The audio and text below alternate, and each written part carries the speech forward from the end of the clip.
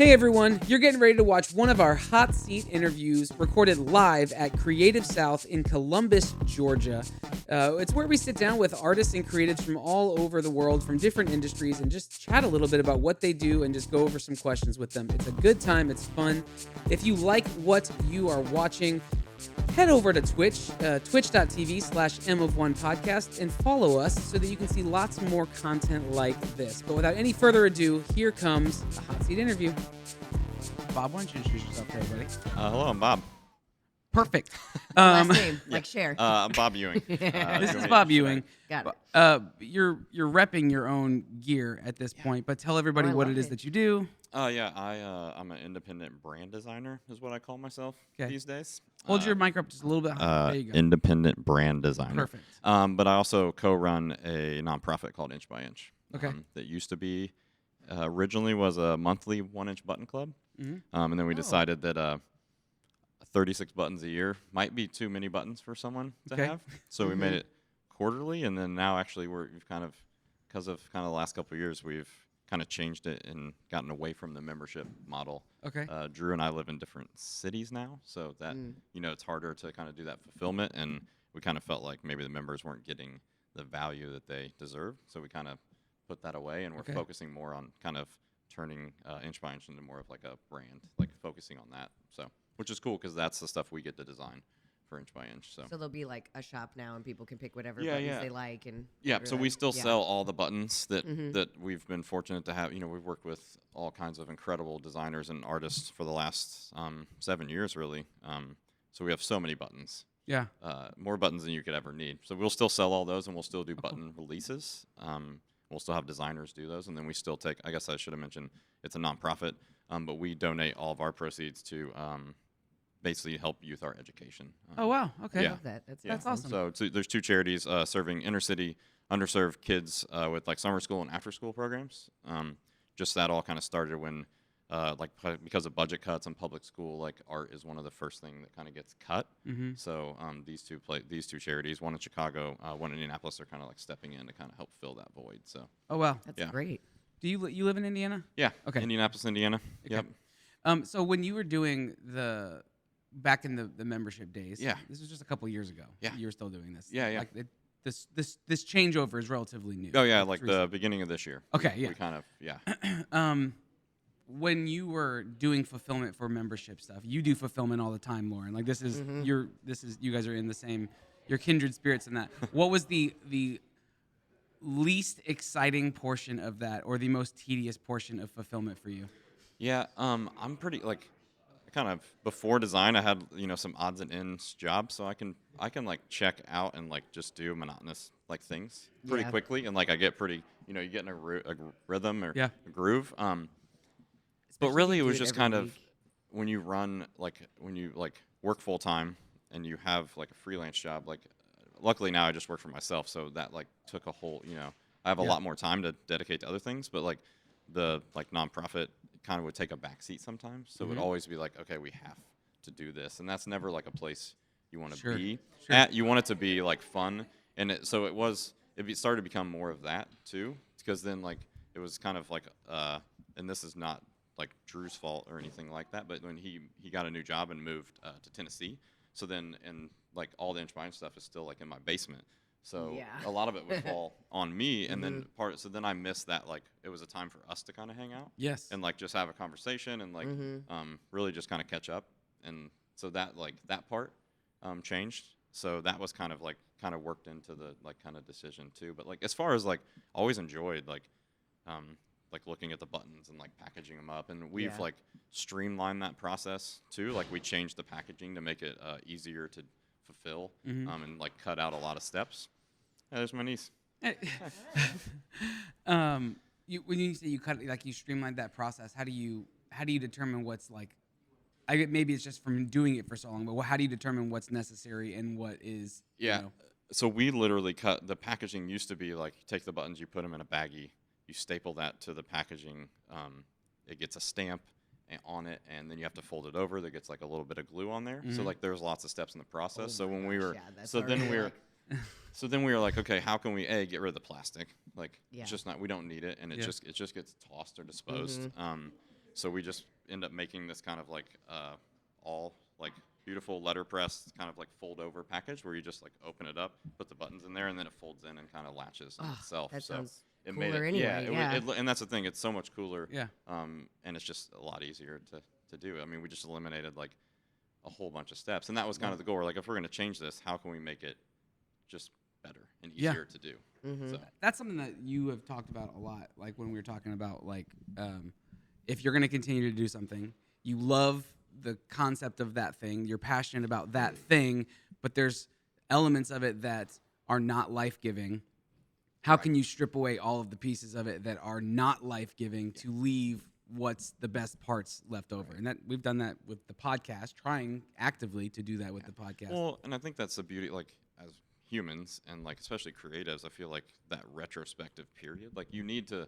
Sometimes it happens because you're making a change, and it's like okay, we need to like how can we do this? But I think it's something that's important and something we forget about, like is like taking a like stepping back and thinking about our process and being like okay, what isn't efficient right now, or how can I get better? And I think also that's why we're kind of like obsessed with process, like why we love to see other people's process.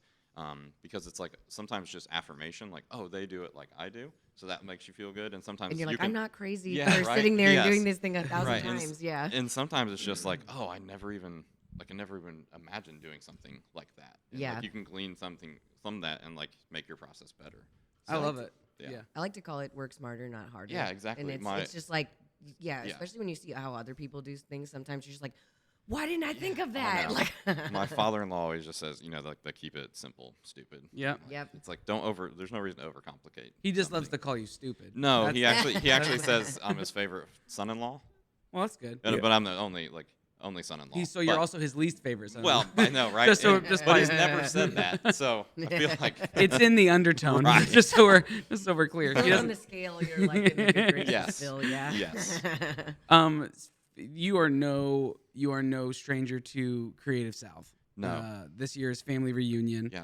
How has this year felt to you in terms of returning back to a bit of normalcy? First year in 3 years that we're all meeting together. What has this year meant to you personally? Yeah, I mean, it's like riding a bike, kind of. Like, it kind of felt like you show up, it's like everything's familiar. Like airport, fly in, rental car, the drive here, like just kind of like brought back lots of memories. Yeah. And because actually, it's funny, the last time we were supposed to come in 2020, my whole family was coming. Like Steph, Steph is usually here, my wife, she couldn't make it this year. And the kids were coming with us as well, which would have been like they would have loved a whole family deal. It would have changed the dynamic a little bit of like it would have been a different experience, but like it would have been fun still. So like to me that is a little I know she enjoys that, so it's a little different because she's not here, and like everyone's always like, "Where's Steph?" Yeah, like that's literally the question I get the most, which is awesome because she she loves like seeing all these people.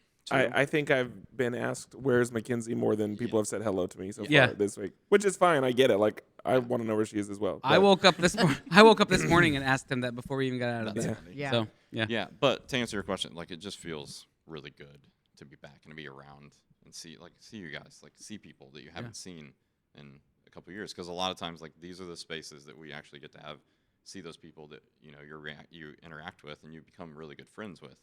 And we just haven't got to see him the last couple of years. So you've had like a really productive couple of years, right? I mean, I work well, yeah. So like I don't mean just on the work side, but like you look different. Like you came up to me last night, and it took me like 15 seconds to process who I was talking to. I finally had to look and like he was stoned, but when I saw the inch by inch, I was like, oh, okay, got it. But like genuinely, like I was staring at you, going, this person clearly knows me. They're here to talk to me. Who is this? Like, I was so confused. Yeah. Well, it's fine. Did you tell? Definitely. No, you can, because I know, because I've had that same experience like multiple times here. Like, okay, I know this, and like you glaze over and go, I'm gonna keep nodding until and it usually clicks. in that situation, I'd be like, oh, great to see you. Like, have you met my wife, Steph? Yeah. And then in hopes that they would say they would say no, but their there was no but, like. Sometimes I think I can fake it, but in the moment I knew I was not faking it at all. Like he knows I don't know who he is. I mean, I like turned 40, and like since we've been here, I've like more gray and my beard. I have a mustache You have now. I was gonna say which you've is got different. like a full goatee now. Yeah, I don't know, like why not? Like I've always had this, but like the mustache is new, and yeah, it's just been. I mean, it's been good. You look couple good. years. You've been taking care of yourself. I've been seeing people post COVID and they look rough. I think. Yeah, I know. I think Hey. like. No, I I was thought you I was waved waving your to hand you. like that was me. That is me. That's what I was saying. Okay, sorry, I was like, wait, what's going? You guys both turned and looked in the other Walked direction. by. I guess that Hear yeah, her, I and see so, where the like, confusion yeah. came in. Speaking of that, like retrospective period, I went through where I left my job in 2019 to work for myself, and that was like a decision that, and like something I've been trying to get to at some point. Like at some point, I made a decision like I want to not work for someone else. I just want to work for myself, and that decision was based on just being around like the family more, like being able to like pick the kids up from school, being able to like not spend 8 hours in the car commuting, every week, and stuff like that. So that, like, I kind of went through that period, like, personally, and I feel like that decision and has just changed me for real. Like, I'm just in a really good place. I felt like that for a lot of years, even going through the whole, kind of pandemic thing. Like, I feel very, like, fortunate and blessed to be, like, here and, like, where I'm at. So I appreciate you noticing. So yeah, You've always been a super chill guy, just in general, right? Like your vibe, you don't. I'm shaking my head, but yeah, You no, don't bring. I appreciate that. Yes, I don't. I don't know how to take compliments. Well, he's never messed up one of your orders, so. But you've always been a real chill guy, but you do have a different resolve.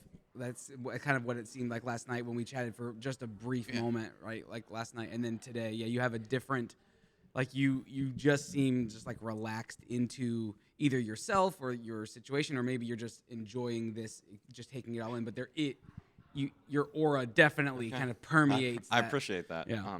Like I said, I feel like at home here. Like it just said, like at this point, like it just feels good to be here, and like I feel like, like. I know everyone, and you get to meet new people. But yeah, like personally and professionally, like I'm in the best place I've ever been. And Love it. Yeah. So but I crafted that myself. Like that was intentional, and there's decisions that we like made as a family and personally and professionally, like over the last few years, like to do that. Yeah. So. Love it. And it makes a difference. It has. Big So, time. but I appreciate you. Yeah. That's like that affirmation is awesome. So Good. Thank you. So do this. Two things. One, you can hold your mic a little bit closer to your face. And two, we're gonna play a game. Yeah. Love games. So Lauren, we're the Master of One podcast, and so the idea is that we're the He's master. played this game before. Yeah. Well, I mean, I it's. feel like there's a lot more of these than last time. There may be. So we're the master of like a category. You are gonna become the master of category, whatever category you pick. Don't pick the middle one. I shuffled them good this time. I don't. Yeah, just Somehow it'll careful. still be in the middle. It's still gonna be. There's also 8, so there's technically not one in the middle. Well, some people are rule breakers. So if you'll go ahead and flip one of those tokens, whatever you flip, you're going to be the master of that, and you're going to tell us something. Great one. You have to tell us something new, interesting to you about books. I have a book, and then I haven't started reading yet, but my intention is Like to you own read a it. book. No, I no. thought you wrote a book. No.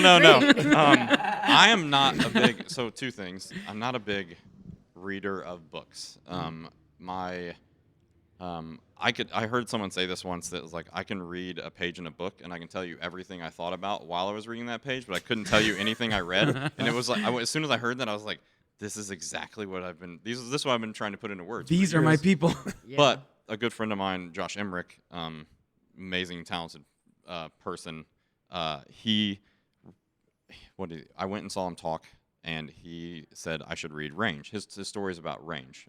His talk it's a Philip Epstein book, and it's about being a generalist instead of a specialist. And like I feel like that's kind of my experiences through life. I feel like that's why I tell people I'm a classically trained graphic designer, because I feel like I can do a lot of things, and like, graphic design kind of sums up all the things I can do. So I would say I'm excited to read it, but I can't tell you how many times I've gotten the notification from the library, because I didn't buy it.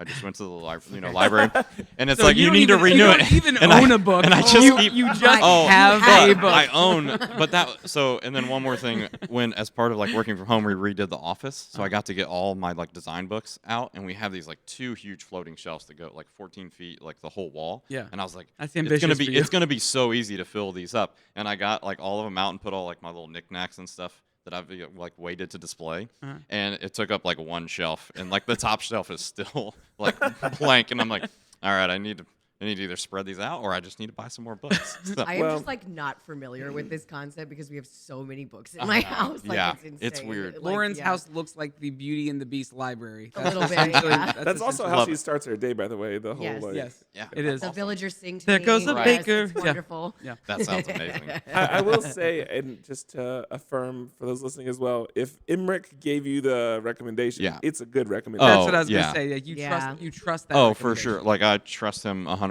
So, and actually, I'm trying to think because of that book, someone like recanted. There's another book that's basically the opposite. Okay. It's a really popular book. It's escaping me right now. Okay. But basically, the author of that book has a quote on the back of this book that says basically recanting like his book about being a specialist. Wow. By the way- Because of this book. Marion Yeah. Bright said she just ordered a copy because of the recommendation. It's There you yeah. go. So get hers before you. and I She do recommended the copy. Yes. She's buying it because of Josh's recommendation. Yes, not not because mine. Yeah, I didn't really give it a glowing recommendation, but I know it's a good book because every time I've mentioned it, other people will be like, "Oh, that's on my like list to read." So, I it's will pick that up. I will be reading it soon. I'm an audiobook guy. Yeah. Maybe that works better for you. It does, but I don't commute anymore. So like a lot of times I would listen to books. What about, like during a workout or something, like mowing yeah. the lawn or something. Yeah, I mean, I like Cleaning the typically will like just I always have like some music on or like I'll just play like a movie while I'm working. Just it's like something I've Yeah. seen 100 times, but it's like I just need something that I Here's- don't need to like focus on. yeah. Here's what we're gonna do. Okay. Challenge we're gonna give to you. Okay. By next Creative South, Yep. have read that book. Yes. I like that. And then we'll check back in Okay, next yeah. year. Yes. And We'll then do our first ever hot seat follow up. I love it. Yes. And you'll come back and you'll tell us about that book. Sounds. And I feel like that a year is doable. I can If work you that want out. an Reasonable. easier challenge, we could race to see which one of us can read it first. Oh, I guarantee you'll win. I'm a very slow if you reader. even try, you're going to beat Patrick because he's not even going to buy He's it. not even gonna order it. Yeah, it's not gonna happen.